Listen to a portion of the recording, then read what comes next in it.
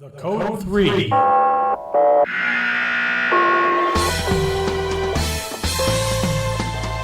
live podcast sponsored by the Marin Fire History Group.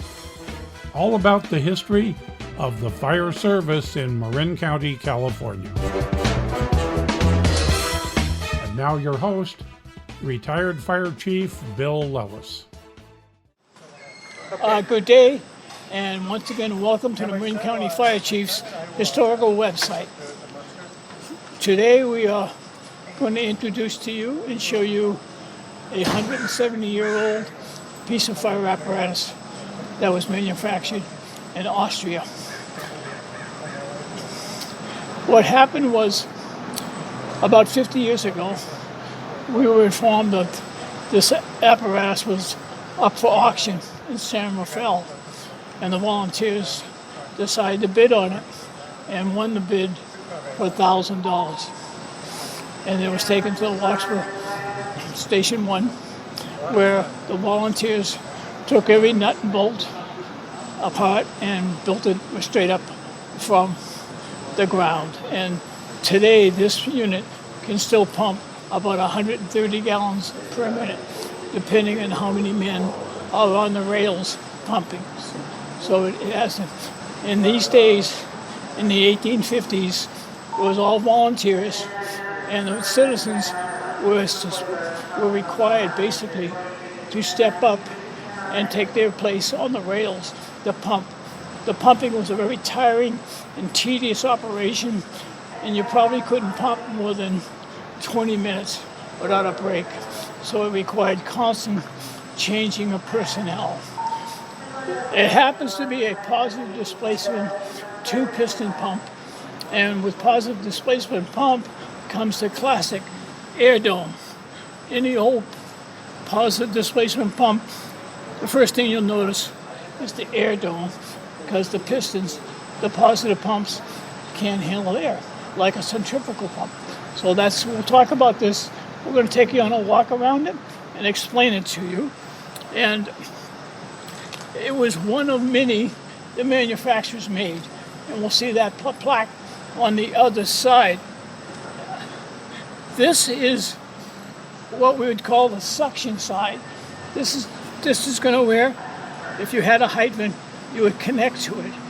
But before they put the pump in here, this was filled with bucket brigades.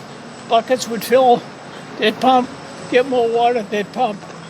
And in 1850, that technology was allowing us to build this pump. So with that said, let us take a walk around this and explain each of the elements, the braking system, the pumping system, and so forth. So with that, we'll be right back. So one of the first things we'll talk about is it has its own brake.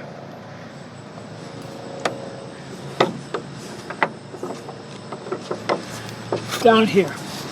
And then you just tighten it up.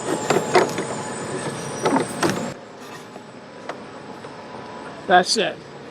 As you can see, it seats two drivers. This was normally pulled by two horses, and it's a very heavy unit. And it sat between the rails. The rails will be taken off and placed in the front.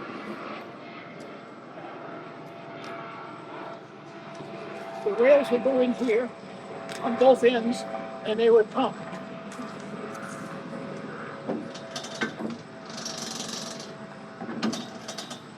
Very, very difficult to pump water. A lot of energy is required. But that's how it was. It has a toolbox for pan spanners, and you'll notice that the fittings are pre-pin lug and rocker lug. They're actually a hole. The small wheels in front are required for ease of taking corners. And now you'll see that in all the steam engines and all the older engines, the front wheels are always smaller, so they make that turning radius work. We're basically on the discharge side of the pump. These have two discharge 2.5-inch outlets. You'll notice the couplings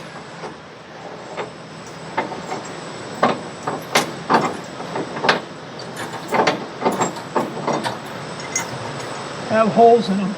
They're not a rocker or a pin lug. This is 1850 technology for tightening and loosening fittings. As being a positive displacement pump, you had to be very careful to make sure you start out slow because of the air pressure. And there's a little petcock down here you would open to bleed off that air that you can, and then once the air was removed, then you could go full bore in the pumping operation. But it has 2 outlets, and we want to show you the brakes, how they work now. Just wooden blocks against the wheel. Yeah, go ahead, Billy, up there. So that's how the brakes work in 1850. So in 1850, the hose reel made its introduction into fire apparatus. Leather was mostly first.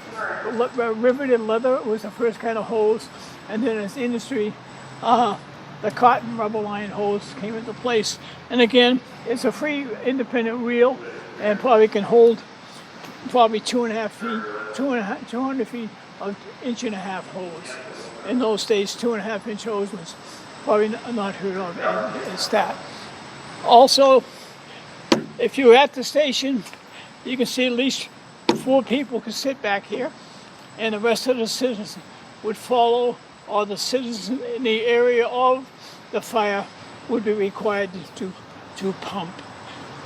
But and they had to step up to get in on both sides. So, but it was quite an apparatus.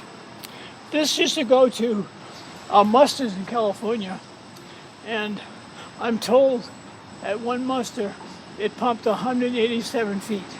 It moved water 187 feet, 120 gallons per minute. That's quite a feat for 1850. We're going to kind of show you the inner workings of the pump. This is again on the discharge side. This opens the discharge ports. This is the little bleeder because it's a positive displacement pump. You got to open this little petcock to let that air out and keep the chamber open for more pressure to come, and then you can start really beating up the pump speed.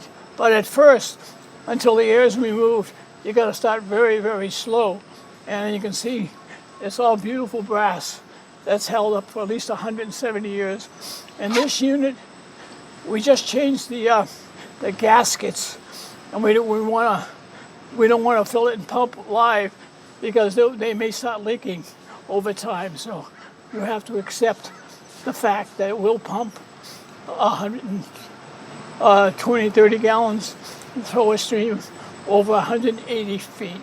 But this is the discharge side of the pump. I mentioned once before the water tank or the tub is this here. Before all of this double strokes and stuff came up, you would fill this with buckets of water, a bucket brigade, full, empty going back to the source, back, full. Very tiring, very tedious. In all honesty, probably very ineffective to put out the fire of the original house.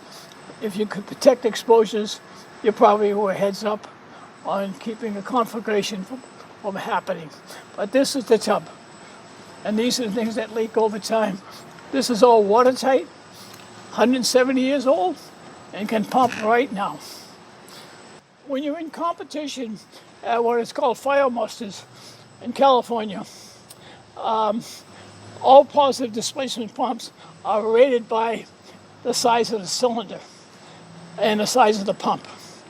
This particular piece of apparatus, the pistons are so big, but the pump is so small. At competition, the officials had difficulties placing this in the right class for competition because of its different piston size and pump size. But normally the pistons and the pump would kind of match up how many gallons a minute the pump pistons could move based on the pump could handle that. That's not the case here. It all works, but it's for competition, it's in its own class. So I just wanted to show you that and talk about that.